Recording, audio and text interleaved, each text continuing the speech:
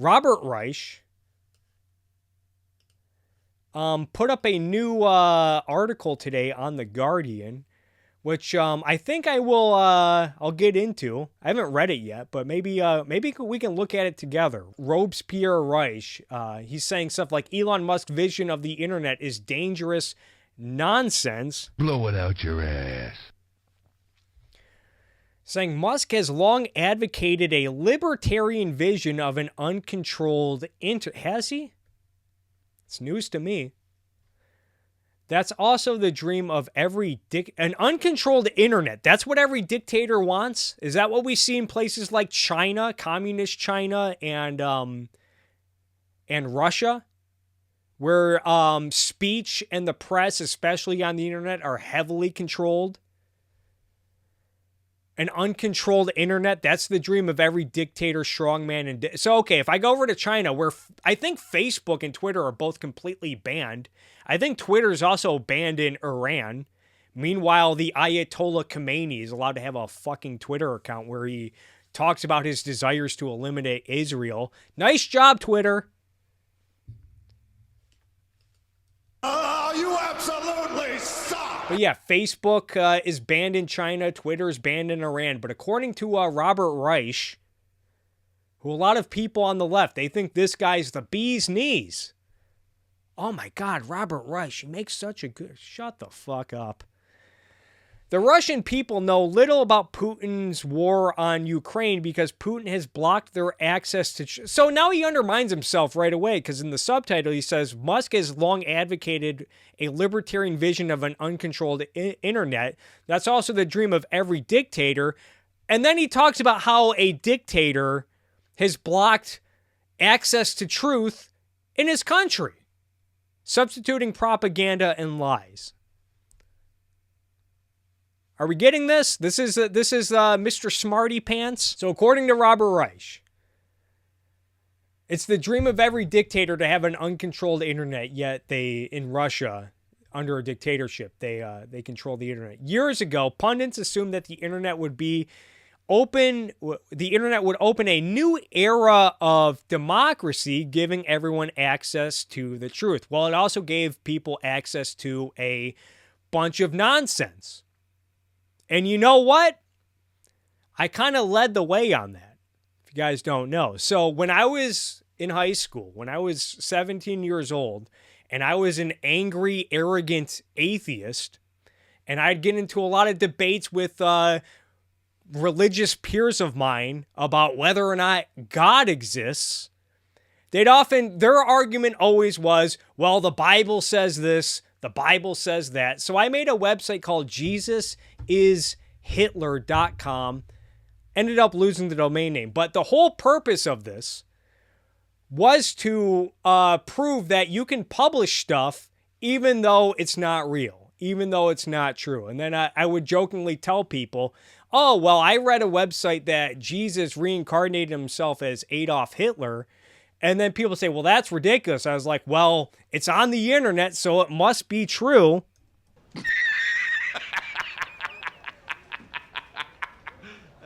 Godless Monkey says, anyone remember the website Why God Hates Amputees?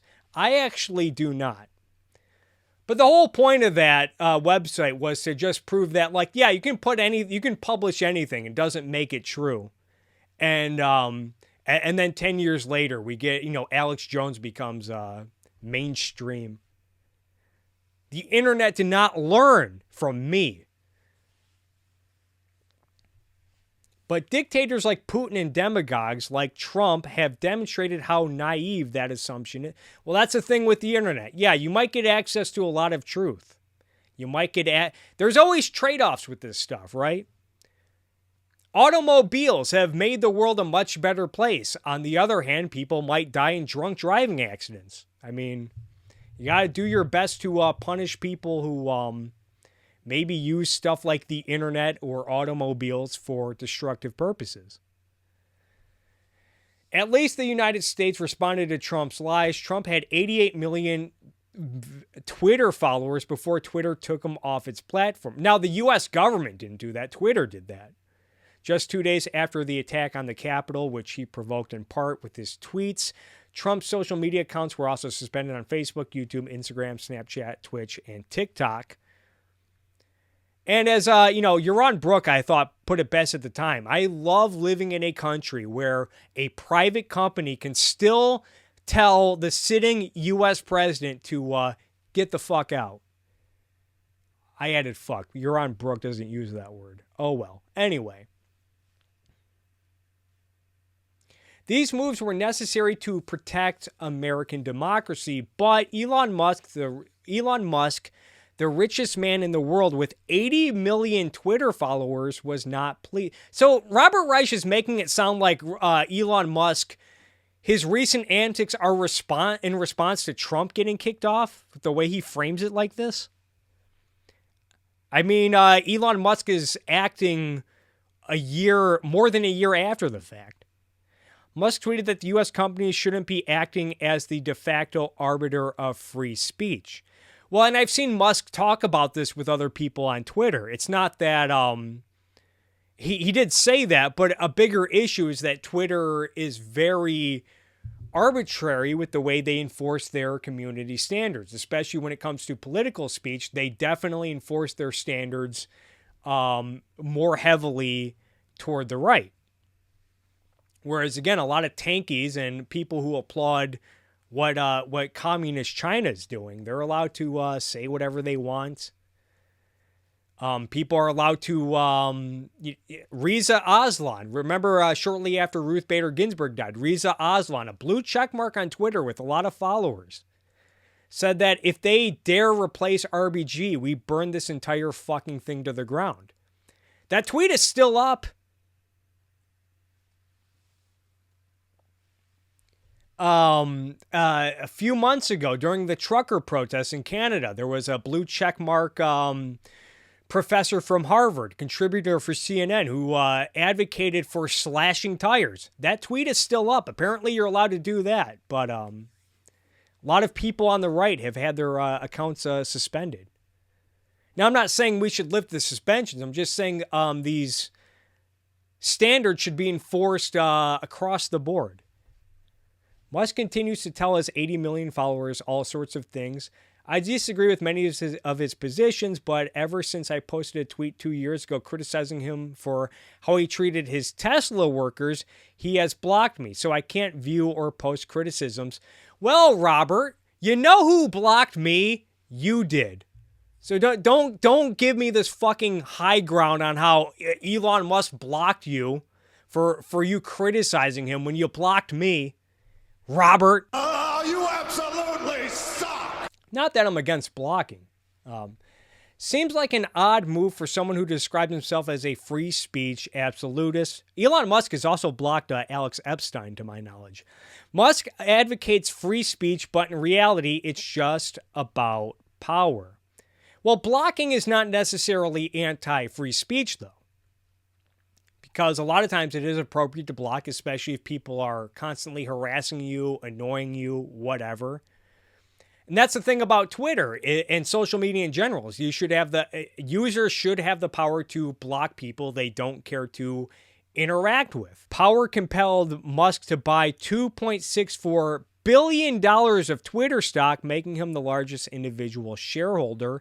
Last week, Twitter announced that Musk would be joining the Twitter's board of directors, prompting Musk to promise significant improvements in its platform. Sunday evening, though, it was announced that Musk would not be joining the Twitter's board. No reason was given, but it's probably part of a bargaining Kubaki dance. Robert Reich goes on to say Musk wouldn't have plopped down $2.64 billion for nothing. If he is not on Twitter's board, he's not bound by a standstill agreement in which he pledged to buy no more than 14.9% of Twitter stock. Musk now faces no limit on how much of Twitter stock he can buy. He'll buy as much as he needs to gain control. What improvements does Musk have in mind for Twitter? Will he use his clout over Twitter to prevent users with tens of millions of followers from blocking people who criticize them? I doubt it. Wait a minute, what? Oh, so Robert Reich thinks that Elon Musk should prevent people with millions of followers from blocking? The larger following you have, the more justified it is that you use the block button. Will Musk use his clout to let Trump back on? I fear he will. Musk has long advocated a libertarian vision of an uncontrolled internet. That vision is dangerous rubbish. There's no such animal, and there never will be. Someone has to decide on the algorithms in every platform, how they're designed, how they evolved, and what they reveal and what they hide. Musk has enough power and money to quietly give himself this sort of control over Twitter. So why is it bad for Elon Musk to take over Twitter, but it's good for the current people who control and oversee Twitter? Like, what makes them different? My guess is that Robert Reich probably agrees with their politics more, but that's just speculation. Musk talks about freedom of speech, but his real power is freedom of reach, reaching 80 million Twitter followers without accountability to anyone, including critics like me, and enough money to buy himself. I guess Elon Musk's existence, I guess he owes Robert Reich his fucking time and attention. What a baby. Musk has never believed that power comes with responsibility. He's been unperturbed when his tweets cause real suffering. What real suffering? What? What is he talking about? What it's like when Elon Musk's Twitter mob comes after you. I guess I'll have to read that story another day. Of course, what do we say about Robert Reich when he tries to scapegoat big corporations and greedy CEOs for inflation? Imagine they often get harassment due to Robert Reich's rhetoric. Is that real suffering, Robert? Huh? During his long and storied history with Twitter, he has threatened journalists and tweeted reckless things. Well, if he's threatening them, then there should be legal consequences. You threaten him with maybe lawsuits, legal action if he's issuing threats. Threats are a violation of individual rights, and to my knowledge, there are laws against such activity. And from my knowledge, Twitter does not allow illegal activity, and so... In March of 2020, he tweeted that children were essentially immune to COVID. A lot of people said a lot of dumb things in March of 2020 about COVID. Anthony Fauci said, don't wear masks in March of 2020. Are we going to hold him accountable? He has pushed cryptocurrencies that he's invested in. When a college student started a Twitter account to track Musk's private plane, Musk tried and failed to buy him off before blocking. Oh no, he blocked someone who was tracking his personal plane. What a monster. The Securities and Exchange Commission went after Musk after he tweeted that he had funding to take Tesla private, a clear violation of the law. Musk paid a fine and agreed to let lawyers vet future sensitive tweets, but he has tried to reverse this requirement. He has been openly content. Well, it sounds like he paid a price for that, and I'm not sure it was wise for Musk to do that. If I'm being fair, we're fair here at Kirkomania, okay? He has also been openly contemptuous of the SEC, tweeting at one point that the E stands for Elon's. You can guess what the S and the C stand for. Oh, okay. By the way, how does the SEC go after Musk's ability to tweet that he owns Twitter? Billionaires like Musk have shown time and again they consider themselves above the law, and to a large extent, they are. Musk has enough wealth that legal penalties are more than slaps on his wrist, and enough power to control one of the most important ways the public receives news. Well, only 10% of Americans are on Twitter. I think Twitter's influence in a lot of ways is very exaggerated and overstated. You see this with how people try to explain Trump's election loss with the way Twitter handled the Hunter Biden New York Post story, which I disagreed with. I don't think Twitter should have tried to suppress that story and banned it, especially now that we know that a lot of the stuff in the original story were true. But a lot of people on the right, a lot of conservatives, Republican types, like to think that had Twitter not done that, that would have swung the election. I am very dubious of that claim, or I'm very skeptical of that claim, considering less than 10% of Americans use Twitter. Then again, it was a close election. But I doubt, I don't think Hunter Biden's problems, while legitimate concern, I doubt they were anywhere near the top 5 issues on most voters' decisions when deciding in that horrible election. Musk says he wants to free the internet, but what he really aims to do is make it even less accountable than it is now when it's all. Well, we're talking about the entire internet. What is the internet? It's not like Twitter is the internet.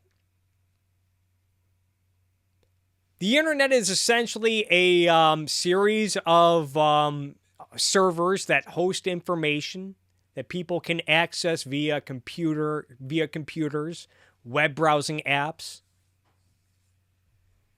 He's making it sound like Elon Musk is just taking. I don't think it's possible for one guy.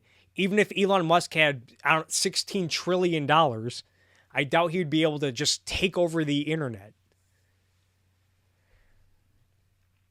There's way too many competitors in this field, from the variety of computer companies, the variety of internet service providers, the variety of app developers, the variety of hosting servers.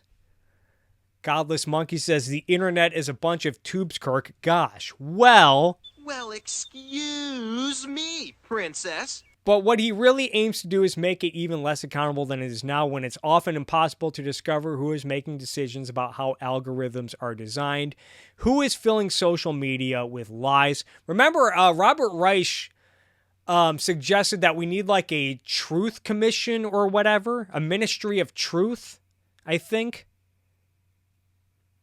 That's why I started calling him Robespierre Reich, because it sounded like some gobbledygook from the French Revolution. Who's poisoning our minds? Our minds? I mean, I only have my mind. What's Robert Reich talking about? Our minds? What a fucking goof. With pseudoscience and propaganda. Oh, really, Robert?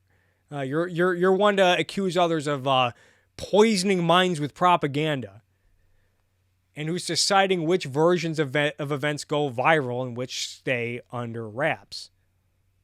Make no mistake, this is not about freedom, it's about power. In Musk's vision of Twitter and the internet, he'd be the wizard behind the curtain, projecting on the world's screen a fake image of a brave new world empowering everyone. In reality, that world will be dominated by the richest and most powerful people in the world, who wouldn't be accountable to anyone for facts, truth, science, or the common good. That's Musk's dream, and Trump's, and Putin's, and the dream even Trump, I wouldn't go as far as calling him a dictator, because we still have a healthy system of checks and balances in the United States, but Trump definitely wanted to get involved with regulating large aspects of the internet. You remember he tried to ban TikTok, and then when he forced TikTok to sell the American branch, it was originally going to get bought by Microsoft, but then it ended up getting bought by, I think, Oracle, who were pretty big fans of Trump. Trump was constantly looking for excuses to punish big tech companies, regulate big tech companies, even going as far to say that it's in the national interest in terms of national defense. Goes against Robert's thesis, his theory that all dictators, what they want is a free and uncontrolled internet. And modern day robber baron on Earth. For the rest of us, it would be a brave new nightmare. Okay, and what do we all think of that article by Robert Reich? Colt Savage says, sounds like some shit good to hear from 1984. Mass Creation Broadcast says, the collective mind, the collective stomach, the collective butt crack. Yeah. So yeah, he published that on The Guardian. You can go, I'll link to that down below for those who want to check that story out. Robert Reich. Then there's this story. The Musk Bros. Last week, I took to Twitter, frustrated over Musk's attacks on the press. Can we just, like, whenever someone criticizes someone in the media, we can just say, oh, it's an attack on the press. If I were to say some shit about Fox News, would it be categorized as an attack on the press?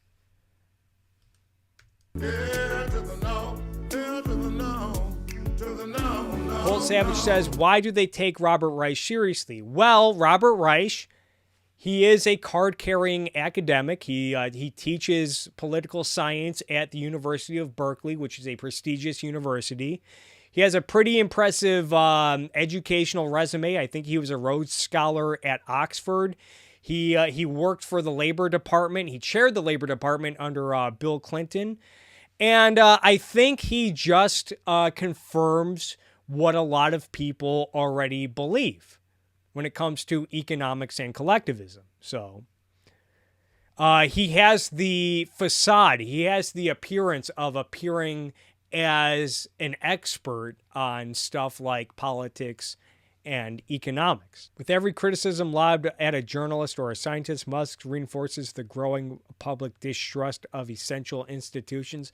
So are we against riling up mobs now?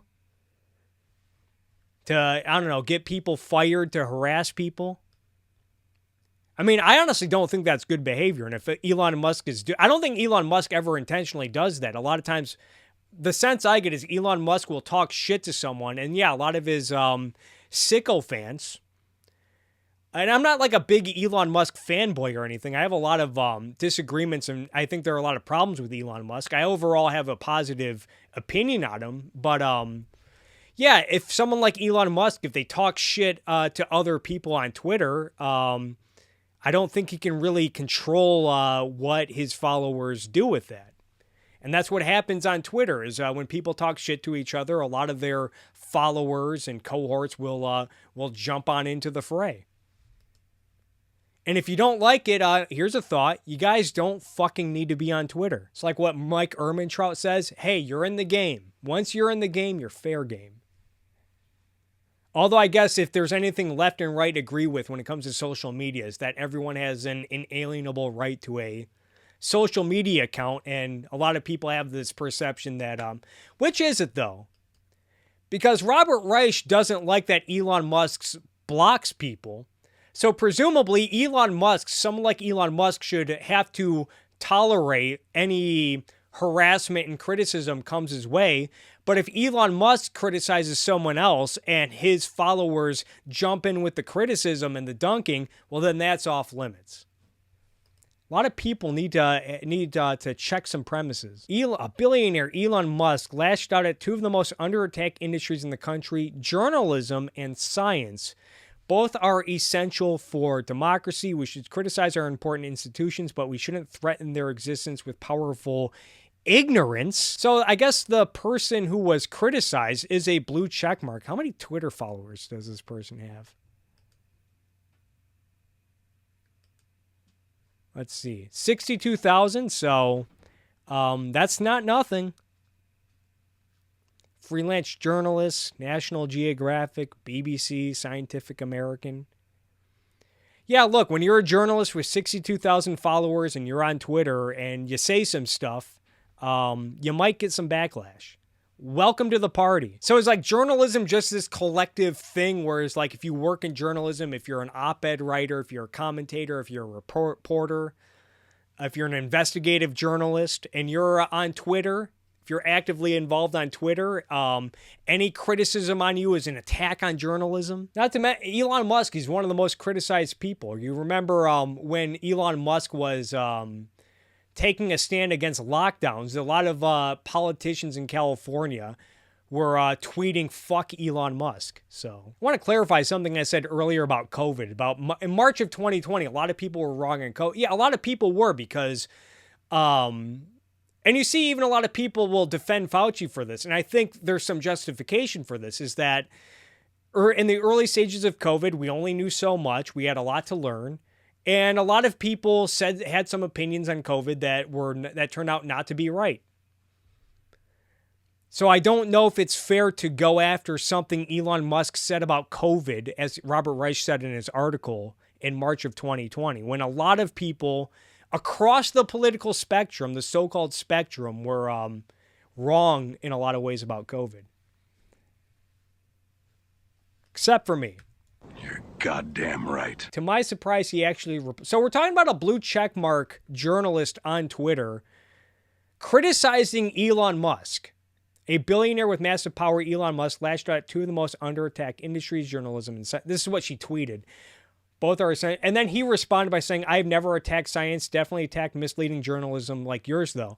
So is this out of line for Elon Musk to respond to when someone with a large following, thousands of followers on Twitter, and a platform at places like the BBC, when she criticizes Elon Musk, smears him, he's not allowed to respond because a lot of his followers might jump in too? Now, we can argue semantics here. Did he really actually attack science?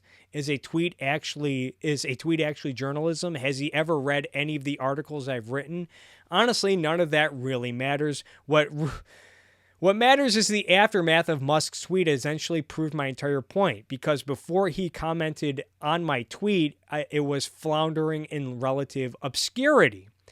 Let's be honest, I'm a pretty small banana science journalist with a medium-sized following, but after Musk replied, my mentions descended into madness. Well, you can always mute the tweet. It's not that hard. Musk's tweet turned into a singularity of hate against currently targeted institutions. I think that was just geared toward her, but again, if you criticize one journalist, I guess you're going after, it's an attack on an entire institution. And now she's posting yeah, a lot of people probably jumped in the fray and said some horrible things. I guess that Elon Musk is responsible for that, guilt by association. So I guess, yeah, so this is the thing. If you're Elon Musk and someone smears you on Twitter, you're not allowed to respond because other people might see that you responded and then respond with harassment. Why don't you hold the harassers accountable? But I guess that's how a lot of people think about justice these days. It's not about like individual actions and punishing individuals who are guilty for their behaviors, but you punish someone for guilt by association, apparently. As Colt Savage says, I wonder if I criticize Tucker Carlson, and are you criticizing journalism too? Yeah, a lot of people dunk on Tucker Carlson, including yours truly. He's one of my favorite targets. I call him Tucker Karl Marxson.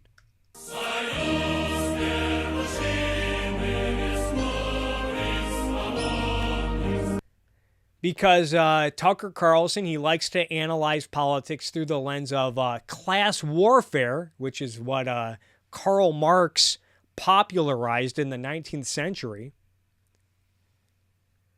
But a lot of people, Tucker Carlson is one of the favorite targets in the mainstream media, and often for good reason.